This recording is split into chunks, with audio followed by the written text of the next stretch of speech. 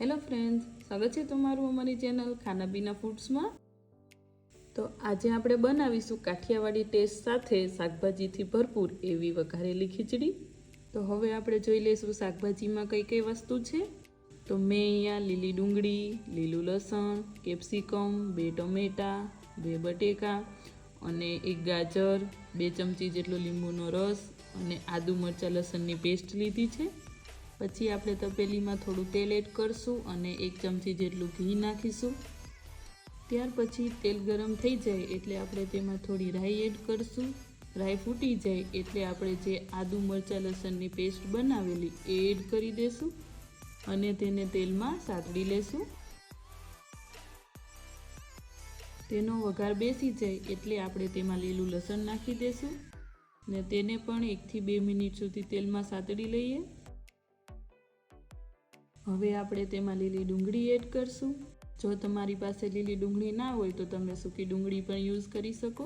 ડુંગળી, લસણ અને પેસ્ટનો એકદમ સરખી રીતે વઘાર બેસી જાય એટલે આપણે તેમાં બટેકા અને ગાજર એડ કરી દેશું અને તેને તેલમાં આપણે 1 થી 2 મિનિટ સુધી ચેડવી લેશું। તો હવે આપણે તેમાં મસાલા કરી લઈએ। મસાલામાં હું ફક્ત હળદર અને લાલ મરચું જ એડ કરું છું। મસાલાને આપણે તેલમાં પકવી લેશું। મસાલા તેલમાં પાકી જાય એટલે આપણે તેમાં ટમેટા એડ કરી દેશું। હવે આપણે બધી વસ્તુને તેલમાં 1 થી 2 મિનિટ સુધી ચડવા દેશું।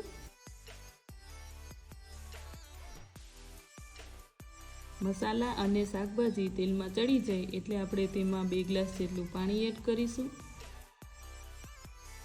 તેમાં એક ઉભરો આવે ત્યાં સુધીમાં આપણે ખીચડી ધોઈ લઈએ। મેં અહીંયા ચોખા, મગની દાળ અને ચણાની દાળ લીધી છે। જો તમારે ચણાની દાળ ના નાખવી તો તમે ફક્ત ચોખા અને મગની દાળ લઈ શકો। હવે આપણે તેને ધોઈ લઈશું। તેમાં સ્વાદ પ્રમાણે મીઠું એડ કરી દઈશું।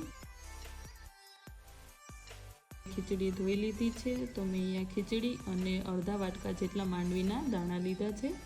પાણી ઉકળવા માંડ્યું છે તો હવે આપણે તેમાં ખીચડી અને માંડવીના દાણા એડ કરી દઈશું અને તેને સારી રીતે મિક્સ કરી દઈશું। હવે આપણે તેને આમનામ જ ખુલ્લી રાખીને ચેડવી લેશું। આ રીતે વચ્ચે વચ્ચે હલાવતા જઈશું અને તેને આપણે ચેડવી લઈએ। કુકરમાં તો આપણે બનાવતા જ હોઈએ પણ એક વખત તમે આ રીતે તપેલીમાં જરૂરથી ટ્રાય કરજો, ખૂબ જ સરસ બને છે।